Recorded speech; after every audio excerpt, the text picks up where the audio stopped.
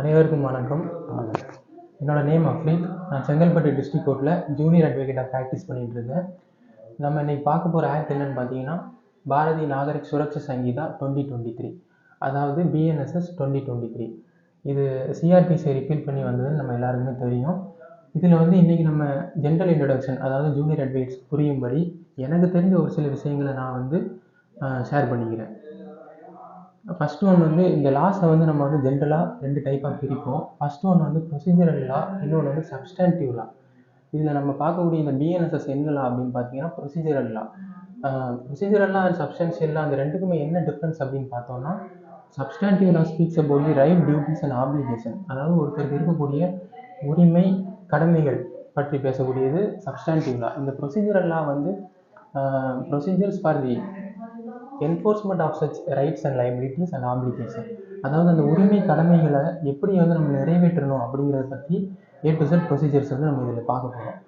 இன்றைக்கி வந்து நம்ம ஜென்ரலாக பேசிக்காக மட்டும் பார்த்துட்டு ஃபர்தர் கிளாஸஸில் ஒவ்வொரு செக்ஷனாக நம்ம இன்டெப்த்தாக எலாபரேட்டாக பார்க்கலாம். ஃபஸ்ட்டு இந்த BNSSல என்டையர் கிரிமினல் ஜஸ்டிஸ் சிஸ்டமே வந்து 4 கைண்ட்ஸாக பிரிச்சிருப்பாங்க. ஃபஸ்ட்டு ஒன்று என்னென்னு பார்த்தீங்கன்னா investigation, inquiry, trial and other proceedings. இந்த இன்வெஸ்டிகேஷன் என்னென்னு பார்த்தீங்கன்னா nothing but collection of evidence. அது எல்லாமே இன்வெஸ்டிகேட்டிவ் ஏஜென்சிஸ் பண்ணுறது, போலீஸ், CBI இவங்கெல்லாம் பண்ணுறது. இது எல்லாமே இதுக்கும் கோர்ட்டுக்கு வந்து பெரிய அளவில் தொடர்பு இல்லை. அதுக்கப்புறம் இன்கொயரி, இதில் இருந்தால் நமக்கு வந்து கோர்ட்டோட வேலையே ஸ்டார்ட் ஆகுது ஆக்சுவலாக. அதுக்கப்புறம் ட்ரையல், அதுக்கப்புறம் அதர் ப்ரொசீடிங்ஸ். இந்த அதர் ப்ரொசீடிங்ஸ்னால் என்ன அப்படின்னா இந்த ஜட்ஜ்மெண்ட்டுக்கு அப்புறம் அந்த appeal, revision, suspension of sentence, இந்த மாதிரியான ஏரியா ஃபுல்லாகவே இந்த அதர் ப்ரொசீடிங்கில் வரும். இன்வெஸ்டிகேஷன்னா புலன் விசாரணை, இன்கொயரினா நீதிமன்ற விசாரணை, அதுக்கப்புறம் ட்ரையல் சாட்சி விசாரணை நமக்கு எல்லாமே தெரியும். அதர் ப்ரொசீடிங்னா பிற நடவடிக்கைகள், அந்த ரிவிஷன், அப்பீல் அதெல்லாம் பார்க்கலாம். இதில் டோட்டல் நம்பர் ஆஃப் சாப்டர்ஸ் எவ்வளோ இருக்குதுன்னு பார்த்தீங்கன்னா மொத்தம் வந்து 39 சாப்டர்ஸ் இருக்குது. சிஆர்பிசியில் 37 இருக்குது. இதில் எக்ஸ்ட்ரா எப்படி 2 சாப்டர் வந்துச்சு அப்படின்னு பார்த்தோன்னா அமெண்ட்மெண்ட் மூலமாக 2 சாப்டர் ஆட் பண்ணியிருந்தாங்க. ப்ளீ பார்கெனிங், அதுக்கப்புறம் அந்த ரெசிப்ரோக்கல் அரேஞ்ச்மெண்ட்ஸ் எல்லாமே அதை வந்து தனி சாப்டர் நேம் போட்டு வந்ததுனால எக்ஸ்ட்ரா நமக்கு இந்த 2 சாப்டர்ஸ் இருக்குது. அதுக்கப்புறம் டோட்டல் நம்பர் ஆஃப் செக்ஷன்ஸ் 531 இருக்குது. ஷெடியூல் 2 இருக்குது. ஷெடியூலில் வந்து ஃபஸ்ட்டு ஷெடியூல் வந்து கிளாசிஃபிகேஷன் ஆஃப் அஃபென்சஸ் என்னென்ன மாதிரி கிளாஸிஃபை பண்ணியிருக்காங்க. அதாவது BNSல இருக்கக்கூடிய அஃபென்சஸாக இருக்கட்டும், எனி அதர் ஸ்பெஷல் ஆக்டில் இருக்கக்கூடிய அஃபென்சஸாக இருக்கட்டும், எல்லாத்துக்குமே இதில் வந்து கிளாசிஃபிகேஷன் இருக்குது. ஷெடியூல் 2 என்ன அப்படின்னா ஃபார்ம்ஸு. இதில் ஃபார்ம்ஸ்னால் ஒன்றும் இல்லை, நம்ம சம்மன், வாரண்ட்டு, ப்ரொக்ளமேஷன், அந்த மாதிரி ஒவ்வொரு குட்டி குட்டி விஷயத்துக்கு கூட நமக்கு வந்து இதில் வந்து ஃபார்மேட் இருக்குது. அதை பேஸ் பண்ணி தான் ஒவ்வொரு மேஜிஸ்ட்ரேட்டும், செஷன் ஜட்ஜாக இருக்கட்டும், அவங்க எல்லாருமே வந்து ஃபாலோ பண்ணுவாங்க. இதில் கிளாசிஃபிகேஷன் ஆஃப் அஃபென்சஸில் மொத்தம் வந்து ஒரு 4 டைப்பாக அந்த ஷெடியூலில் சொல்லியிருப்பாங்க. ஃபஸ்ட்டு ஒன்று வந்து பெயிலபிள் அஃபென்ஸு, நான் பெயிலபிள் அஃபென்ஸ், காக்னிசபிள் அண்ட் நான் காக்னிசபிள் அஃபென்ஸ். இதில் இந்த பெயிலபிள் அஃபென்ஸ்னால் என்ன அப்படின்னா, நம்ம வந்து லா காலேஜ் படிக்கும்போது வந்து இந்த மாதிரி ஒரு மைண்ட் செட்டில் இருக்கும். அதாவது பெயிலபிள் அஃபென்ஸ்னால் வந்து நம்ம வந்து ஈஸியாக வந்து பெயிலில் வந்துடலாம் இந்த அஃபென்ஸ்லாம் பண்ணிவிட்டு. இதே நான் பெயிலபிளில் வந்து நம்ம பெயிலில் வர முடியாது அப்படின்னு நினச்சிட்டு இருப்போம். ஆனால் இதில் ஆக்சுவலாக அந்த ஆக்ட் என்ன சொல்லுது அப்படின்னு பார்க்கும்போது, இந்த பெயிலபிள் அஃபென்ஸை பொறுத்த வரைக்கும் நம்ம வந்து போலீஸ் ஸ்டேஷன்லேயே வந்து பாண்ட் எக்ஸிக்யூட் பண்ணி கொடுத்துட்டு நம்ம வந்து பெயிலில் வர முடியும். அதான் வந்து பெயிலபிள் அஃபென்ஸு. இதே நான் பெயிலபிள் அஃபென்ஸில் பெயிலில் வரவே முடியாது அந்த மாதிரி கிடையாது. அது வந்து டிஸ்கிரிஷன் ஆஃப் தி மேஜிஸ்ட்ரேட், அப்படி இல்லைனா ஆன்டிசிபேட்டரி பெயில், அதுக்கப்புறம் மேண்டேட்ரி பெயில், இதெல்லாம் பார்க்கும்போது அந்தந்த கன்சென்ட் கோர்ட்டுக்கான டிஸ்கிரிஷன் இருக்குது. இந்த BNSSல நிறைய இடங்களில் நம்ம மேஜிஸ்ட்ரேட்டுங்கிற வார்த்தை பார்ப்போம். அந்த மேஜிஸ்ட்ரேட் அப்படின்னு இருந்தாலே அது வந்து ஜுடிஷியல் மேஜிஸ்ட்ரேட் மட்டும்தான். இதே எக்ஸிக்யூட்டிவ் மேஜிஸ்ட்ரேட், டிஸ்ட்ரிக்ட் மேஜிஸ்ட்ரேட்லாம் இருந்துச்சு அப்படின்னா அவங்களாம் வந்து ரெவன்யூ பீப்புள், அவங்களுக்கும் நம்ம ஜுடிஷியரிக்கும் பெரிய அளவு தொடர்பு இல்லை. டிஸ்ட்ரிக்ட் மேஜிஸ்ட்ரேட்னா கலெக்டர் தான். எக்ஸிக்யூட்டிவ் மேஜிஸ்ட்ரேட்டும் அவங்க சப் கலெக்டர், இந்த தாசில்தார் அந்த மாதிரி கேட்டரில் உள்ளவங்க.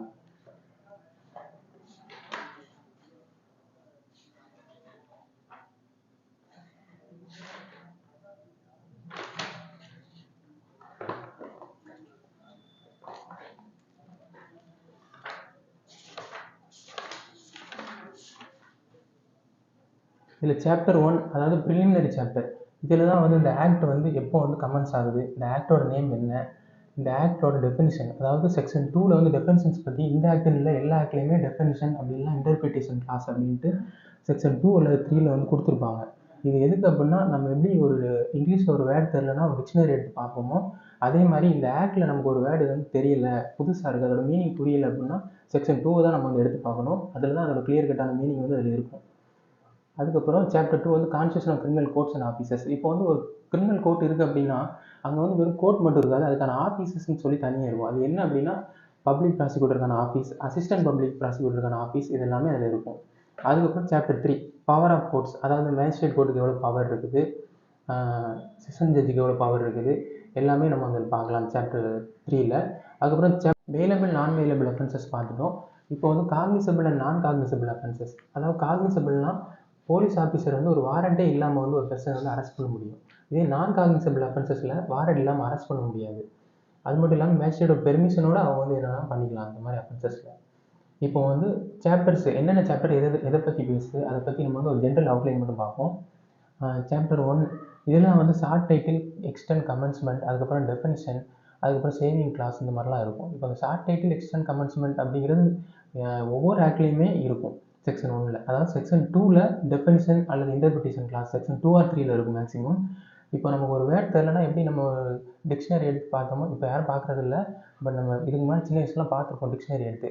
அந்த மாதிரி இப்போ பிஎன்எஸ்எஸ்லேயோ இல்லை பிஎஸ்ஏலையோ ட்ரான்ஸ்ஃபர் ஆஃப் ப்ராப்பர்ட்டியில் எந்த ஒரு பேரக்டாக இருந்தாலுமே நமக்கு வந்து ஒரு வேர்ட் புரியலை, அதுக்கான மீனிங் தெரியல அப்படின்னா செக்ஷன் 2 or 3 தான் நம்ம வந்து எடுத்து பார்க்கணும். அதில் தான் வந்து கிளியர் கட் மீனிங்கே இருக்கும். அதுக்கப்புறம் chapter 2 constitution of criminal courts and offices. ஒரு கிரிமினல் கோர்ட்டை வந்து ஸ்டேட் கவர்மெண்ட்டோ ஹைகோர்ட்டோ எஸ்டாப்ளிஷ் பண்ணும்போது அதோட சேர்த்து வந்து ஒரு சில ஆஃபீஸஸும் வந்து அவங்க வந்து எஸ்டாப்ளிஷ்மெண்ட் பண்ணுவாங்க. அது என்ன ஆஃபீஸ் அப்படின்னு பார்த்தா அசிஸ்டன்ட் பப்ளிக் ப்ராசிக்யூட்டர், அதுக்கப்புறம் பப்ளிக் ப்ராசிக்யூட்டர், இவங்களுக்கான ஆஃபீஸ்.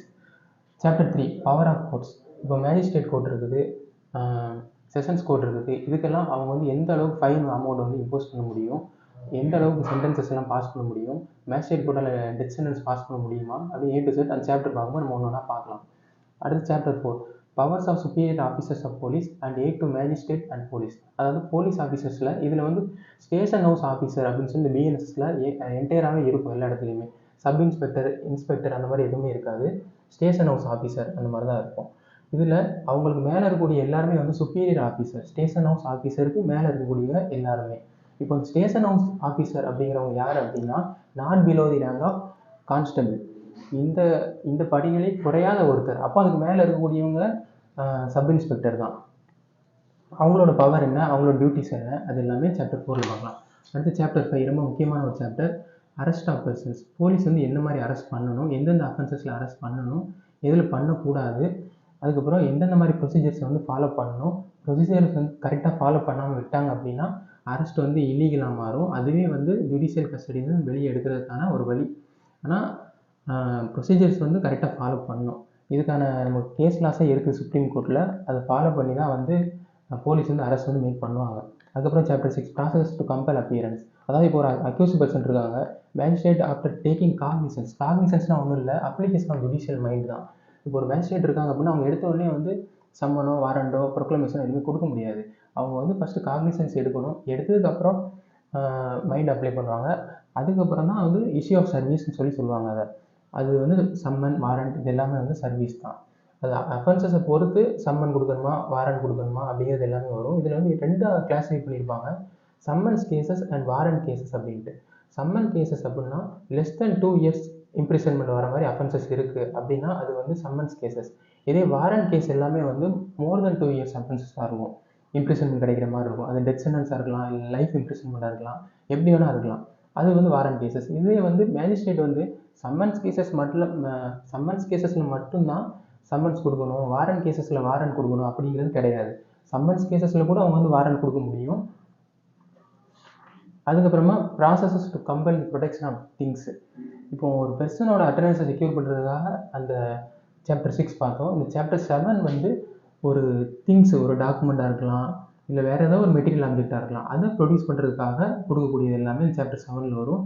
இதில் ஒரு இன்ட்ரெஸ்டிங்கான ஒரு விஷயம் இருக்குது. இதில் வந்து ஹியூமன் பாடியை கொண்டு வர்றதுக்கு கூட ஆர்டர் பாஸ் பண்ணலாங்கிற மாதிரிலாம் இருக்குது. இல்லை நம்ம அதை பார்க்கும்போது இன்டெப்த்தாக பார்க்கலாம். அதுக்கப்புறம் சாப்டர் 8 இது வந்து நம்ம சிஆர்பிசியில் பார்க்கும்போது சாப்டர் 7 கேபிட்டல் ஏல இருக்கும், அமெண்ட்மெண்ட் சாப்டர். இது வந்து reciprocal arrangements for the assistance in certain matters and procedure for the attachment of forfeiture of property. இப்போ வந்து ஒரு சம்மன் நம்ம வந்து கொடுத்துருக்கோம் அக்யூஸ்ட் பர்சனுக்கு, கோர்ட் கொடுத்துருக்காங்க, அவங்க ஒரு அப்பியர் ஆகலை, அதுக்கப்புறம் வாரண்ட் போடுவாங்க, நான் பெயிலபிளோ இல்லை பெயிலபிள் வாரண்ட்டோ போடுவாங்க. அப்படின்னு அவங்க வரல அப்படிங்கிற போது ப்ரொக்ளமேஷன் கொடுப்பாங்க.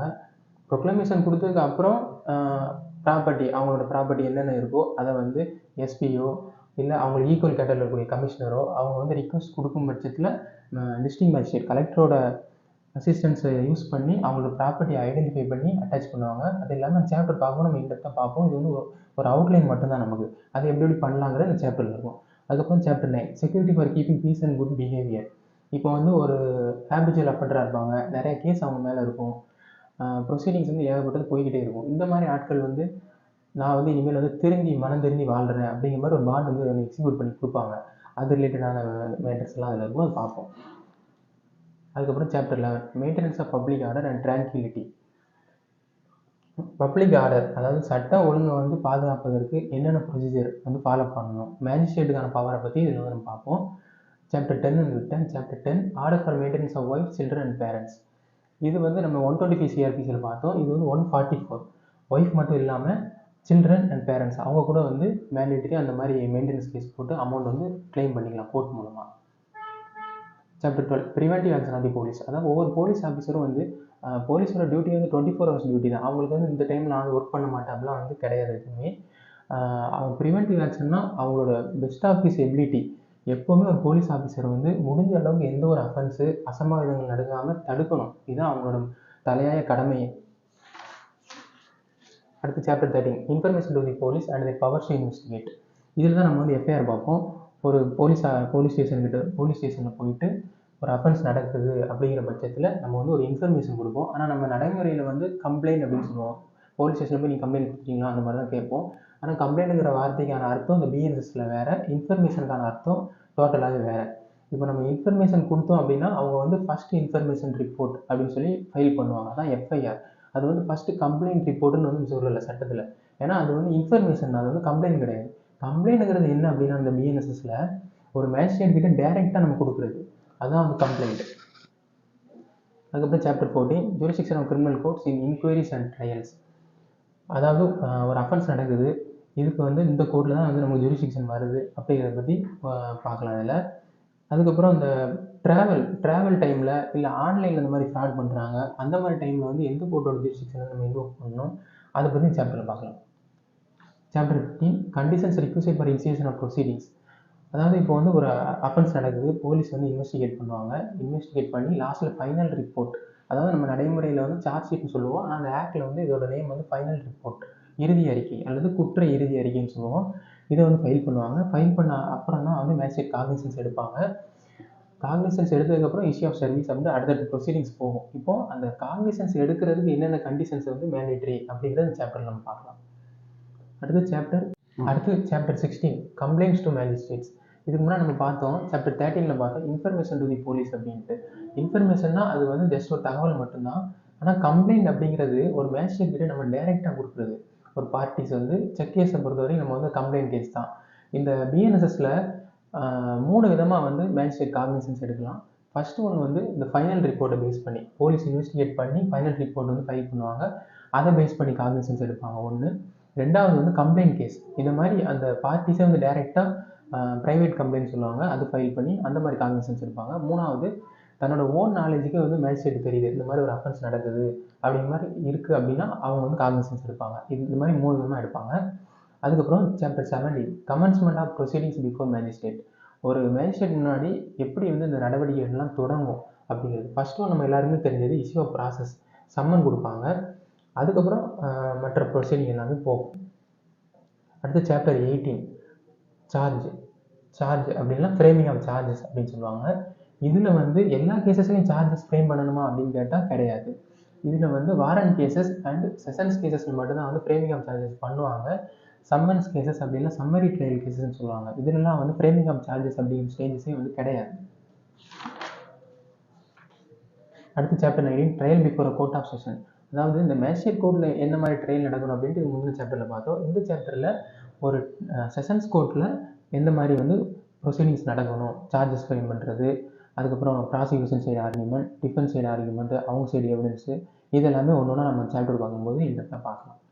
அடுத்து chapter 20 trial of warrant cases by magistrate. நான் இதுக்கு முன்னாடி சொன்ன மாதிரி சம்மன்ஸ் கேசஸ், வாரண்ட் கேசஸ் இந்த மாதிரிலாம் பிரிப்பாங்க அப்படின்ட்டு. அதுக்கான சாப்டர் வந்து chapter 20 trial of warrant cases by magistrate. அதாவது இந்த வாரண்ட் கேசஸ் நம்ம இதுக்கு முன்னாடி பார்த்தோம். வாரண்ட் கேசஸ் அப்படின்னா மோர் தென் 2 இயர்ஸ் பனிஷ்மெண்ட் வரக்கூடிய அஃபென்சஸ்.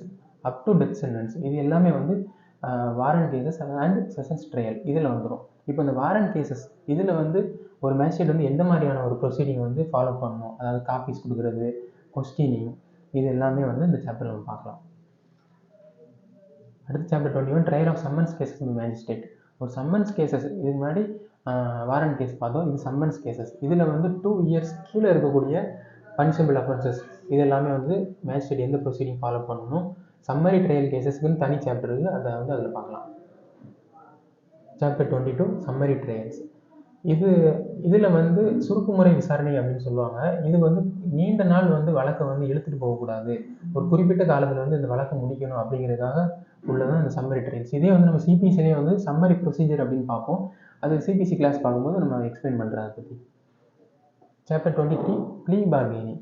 அதாவது நம்ம வந்து சிவில் டிஸ்பியூட்டில் மட்டும்தான் வந்து நம்ம காம்ப்ரமைஸாக போகலாம் அப்படின்னு நம்ம நினச்சிட்டு இருப்போம். கிரிமினல் கேசஸில் காம்ப்ரமைஸ் அப்படிங்கிறது கிடையாது அப்படின்னு நினைப்போம். ஆனால் அப்படி கிடையாது. காம்பவுண்டிங் ஆஃப் அஃபென்சஸ் அப்படின்னு தனி ஒரு டேபிள் காலமே நமக்கு இருக்குது. And at the same time இந்த ப்ளீ பார்கெனிங் இது வந்து ஜஸ்டிஸ் மேரிமான் கமிட்டியோட ரெக்கமெண்டேஷனை ஏற்று கொண்டு வந்தது அந்த சாப்டர். இந்த சாப்டர் மூலமாக வந்து நம்ம ஒரு சில எல்லா கிரிமினல் அஃபென்ஸஸ் கொலை பண்ணவனுக்கு வந்து நம்ம வந்து ப்ளீ பார்கெனிங் கீழே மன்னிச்சு விடலாமா, காம்பவுண்டிங் பண்ணிக்கலாமா முடியாது. ஒரு சில செட்டின் அஃபென்சஸ்க்கு மட்டும்தான் இதில் வந்து நம்ம பண்ணிக்க முடியும். அந்த அப்ளிகேஷன் ஆஃப் தி சாப்டர் எல்லாமே வந்து அடுத்தது நம்ம பார்க்கலாம். Chapter 24 attendance of person confined and detained in prisons. அதாவது இந்த சில பேர் வந்து ஏற்கனவே ஒரு அஃபென்ஸ் பண்ணி ஆல்ரெடி அவங்க வந்து ஜெயிலில் இருப்பாங்க, கன்விக்டாக இருக்கலாம், இல்லை வந்து அண்டர் ட்ரையல் பர்சனாக இருக்கலாம். அவங்களோட அப்பியரன்ஸ் வந்து எப்படி செக்யூர் பண்ணலாம் அதை பற்றி இந்த சாப்டர் பார்ப்போம். Chapter 25 evidence in enquiries and trials. Inquiry நம்ம பார்த்தோம். இன்கொயரியில் இருந்தால் நமக்கு வந்து இந்த கோர்ட்டோட வேலையை வந்து ஸ்டார்ட் ஆகுது. ஆக்சுவலாக இந்த இன்கொயரியில் எந்த மாதிரி வந்து ரெக்கார்டெல்லாம் மெயின்டைன் பண்ணணும், ட்ரையலில் எந்த மாதிரி, அதாவது சீப் எடுக்கும்போது, கிராஸ் எடுக்கும்போது, அதுக்கப்புறம் ரீ எடுக்கும்போது, ஃபர்தர் அதெல்லாம் பண்ணும்போது நம்ம என்னென்ன பண்ணணும் அப்படிங்கிறது இதில் இருக்கும். Chapter 26 general provision as to enquiries and trials. இதில் வந்து என்கொயரி அண்ட் ட்ரையல் கண்டக்ட் பண்ணும்போது ஜென்ரலாக ஒரு சில ப்ரொசீஜர், அதாவது நம்ம அக்யூஸ் வந்து ஆப்சென்ட் ஆகும்போது 350 பெட்டிஷன் ஃபைல் பண்ணுறதா இருக்கட்டும், அதுக்கப்புறம் இந்த விட்னஸ் ரீகாலாக இருக்கட்டும், இது எல்லாமே இந்த ஏரியாவில் தான் வரும். அதுக்கப்புறமா இன்டெப்த்தாக பார்க்கலாம். Chapter 27 provision as to accused of unsound mind. அதாவது ஒரு புத்தி சுவாதீனம் இல்லாத ஒரு அக்யூஸ்ட் இருக்காரு, அவர் வந்து ஏதோ ஒரு அஃபென்சஸ் பண்ணார் அப்படின்னா அதை வந்து எந்த மாதிரி நம்ம வந்து ப்ரொசீஜரை ஃபாலோ பண்ணி கேஸ் வந்து டிஸ்போஸ் பண்ணணும், அது எல்லாமே இந்த சாப்டரில் இருக்கும். அதுக்கப்புறம் இது வந்து ப்ளீ ஆஃப் இன்சானிட்டி, அதாவது ஐபிசியில் ஜென்ரல் எக்ஸப்ஷன்ஸ்னு சொல்லி ஒரு தனி சாப்டர் இருக்குது. அதாவது இப்போ கரண்ட்லி பிஎன்எஸ் அதில் வந்து இந்த அன்சவுண்ட் பர்சன் அஃபென்ஸ் பண்ணும் பட்சத்தில் அது வந்து அஃபென்ஸாகவே வந்து கன்சிடர் பண்ண மாட்டாங்க ஆக்சுவலாக கோர்ட்டில். அதை பற்றி நம்ம கிளியராக பார்க்கலாம் அடுத்தடுத்து. Chapter 28 provision as to offences affecting the administration of justice. அதாவது இந்த நீதிமன்ற விசாரணை இது வந்து நடந்துகிட்டு இருக்குது. ஃபார் எக்ஸாம்பிள் சொல்கிறேன், நீதிமன்ற விசாரணை நடந்துகிட்டு இருக்குது. இதில் வந்து இந்த பொய்யான சாட்சி கொடுக்குறது, ஃபால்ஸ் டாக்குமெண்ட்டை கொண்டு வந்து கோர்ட்டில் ப்ரொடியூஸ் பண்ணுறது, அது எல்லாத்தையும் பற்றி அந்த மாதிரி அஃபென்சஸ் நடக்கும்போது அதை வந்து நம்ம எப்படி டீல் பண்ணணும், அதாவது மேஜிஸ்ட்ரேட் எப்படி டீல் பண்ணணும், அது எல்லாமே இந்த சாப்டரில் இருக்கும். சாப்டர் 29 தி ஜட்ஜ்மெண்ட்.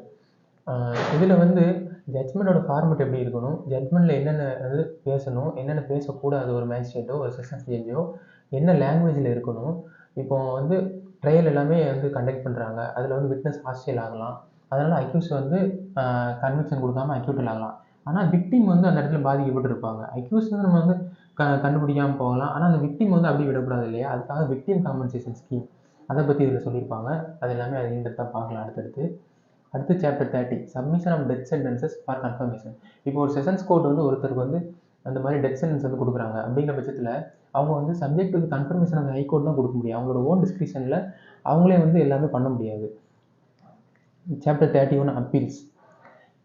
அப்பீல் வந்து நம்ம appeal from conviction, appeal from acquittal, அதுக்கப்புறம் இந்த இன்டர்லாக்யூட்டரி ஆர்டர்ஸ், அதுக்கப்புறம் குட்டி குட்டி ஆர்டர்ஸில் வந்து நம்ம அப்பீல் போகலாம். அதை பற்றி நம்ம பார்க்கலாம். Chapter 32 reference and revision. இது வந்து ரெஃபரன்ஸ் டு ஹைகோர்ட், அதாவது லோயர் கோர்ட் வந்து ஒரு கொஸ்டின் ஆஃப் லா அவங்களுக்கு ஏதோ டவுட் இருக்குங்கிற பட்சத்தில் ஹைகோர்ட்டுக்கு வந்து ரெஃபர் பண்ணுவாங்க. ரெஃபர் பண்ணிட்டு அது வரைக்கும் அந்த ப்ரொசீடிங் எல்லாமே வந்து பெண்டிங்கில் இருக்கும்.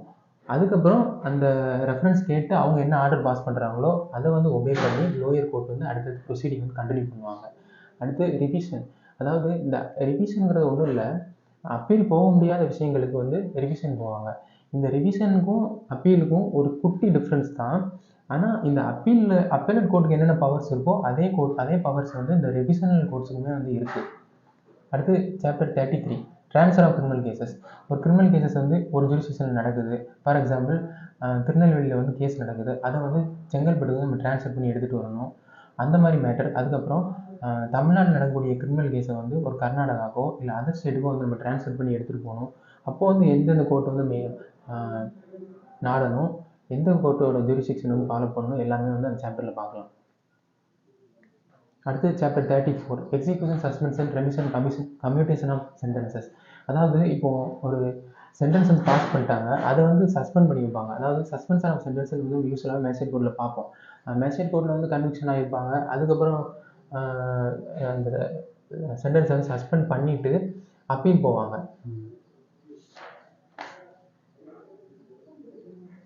Chapter 35 provision as to bail and bail bond.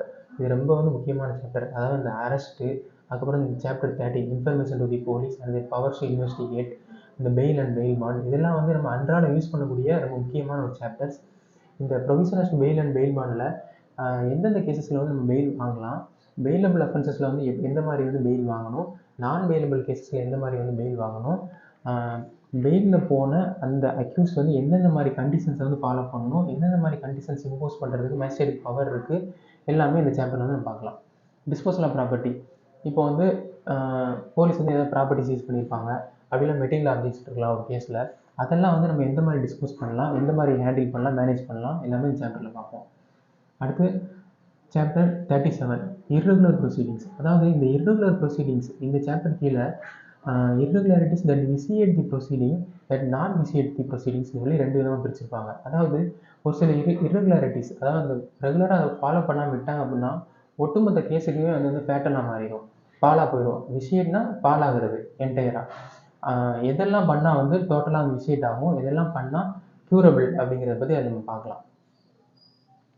அடுத்து chapter 38 limitation for taking cognizance of offences. அதாவது இந்த லிமிடேஷன் ஆக்ட்னு சொல்லி ஸ்பெசிஃபிக்காக ஒரு ஆக்ட் சிவில் சைடு இருக்குது. ஆனால் நம்ம கிரிமினல் சைடு பார்க்கும்போது இந்த பிஎன்எஸ்எஸில் லிமிடேஷன் சொல்லி தனி சாப்டரே இருக்குது. அதாவது மேஜிஸ்ட்ரேட் வந்து இந்த மாதிரி அஃபென்சஸ் வந்து நடந்துருக்கு அப்படின்னா இந்த டைம் பீரியடுக்குள்ளே வந்து அவங்க காக்னிசன்ஸ் எடுக்கணும், அதுக்காக லிமிடேஷன் பார் வந்து இருக்குது. சாப்டர் 39 இப்போ நம்ம வந்து ஒரு இதுக்கு முன்னாடி பார்த்த அந்த 38 சாப்டர்ஸில் சொல்லப்படாத விஷயங்கள், அதாவது மிஸ்செலேனியஸ், அதாவது இதர வகைப்பட்டவை, விடுபட்டது எல்லாமே இங்கே இருக்கும். அந்த சாப்டர் பார்க்கும்போது நம்ம எல்லாமே கிளியர் கட்டாக பார்க்கலாம். Thank you guys. தேங்க்யூப்பா. ஃபஸ்ட் கிளாஸு சூப்பராக பண்ணுங்க, வாழ்த்துக்கள். நெக்ஸ்ட் கிளாஸில் பார்ப்போம். தேங்க்யூ.